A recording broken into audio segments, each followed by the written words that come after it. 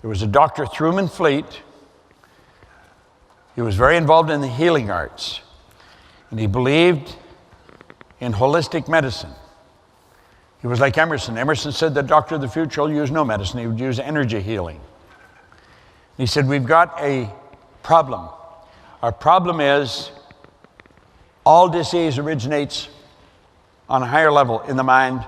It expresses itself in the body. We've been treating the symptom. We have not been treating the cause of the problem.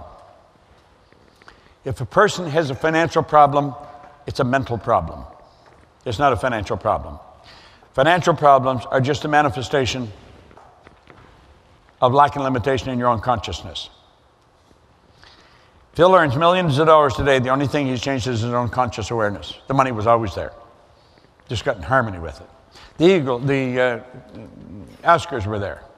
The Emmys. All these things are always there. You got to get in harmony with them. See that, Nino? Is that making sense? Makes a lot of sense, doesn't it? It's a lot different being in here than being watching a video, isn't it? It is, indeed. It's the energy, you see. It's the energy. It's not me. It's not Sandy. It's everybody. It's the energy of the group. And as you start to study this, should we tell them who you are, what you do? He's an interesting guy. He's how many watch The Voice? How many like The Voice? I love The Voice. I was sitting in, what's her name? Gwen's, I was sitting in Gwen's seat the other day. And I got a picture taken, and I sent it to a few people. The brother says, what are you doing there? I said, singing.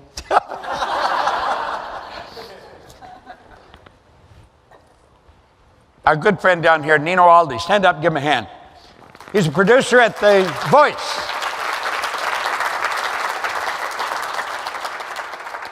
We got singers over here on this side. They would love to get you in the corner for an hour or two, all that. Anyway, we'll tell you something. They got an interesting idea going. They have a really interesting concept, a singing concept, music concept. You'd be interested in it. We'll talk about it tomorrow. We'll put it on the screen. It's a fascinating concept. It really is. You could probably make a show out of it. In fact, you could make a show out of it. You know, it's a hell of a good idea. You know, but we'll talk about it later. But anyway, this here is where we really start to turn things around. This is what really changed your life. Would you agree? Absolutely. It definitely changed mine. No one has ever seen the mind. So most people, when they start thinking of the mind, they think of the brain.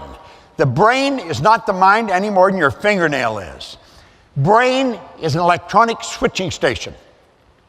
The brain cannot think, but you think with the brain. The mind activates cells in the brain, sets up a vibration in the body. That's what causes the body to move. Like for me to move my arm up and down, I had to activate cells in my brain. My brain is an electronic switching station. My body is an electronic instrument. And so as I activate cells in my brain, my arm moves. Now, if those cells in my brain that move my arm, if they didn't get blood on a regular basis, they'd be dead. That's what happens when a person takes a stroke. Then the arm just hangs loose. But we have found if we take the arm and we exercise it, close the hand, lift the arm, put the arm down, we will educate healthy cells to do what the damaged cells can no longer do, and the person will get the use of their limb back. Well, this good doctor said, nobody's ever seen the mind, so I'm going to draw a picture of the mind. And this is what he came up with.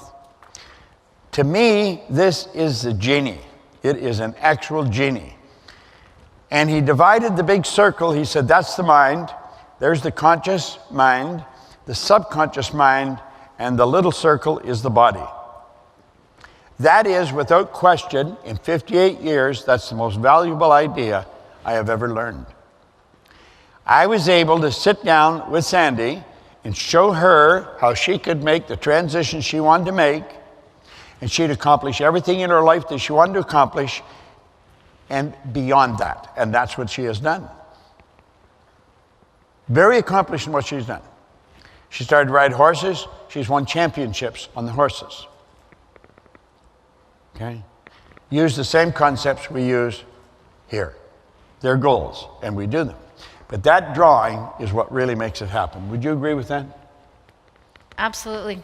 Do you remember when you first saw that? I was just thinking, I was just thinking back to that because Bob, he really led up to this graphic before it came on the screen, and he said it's the most valuable thing he ever learned, and then a little circle, and then a stick, and a smaller circle, and some little arms and legs.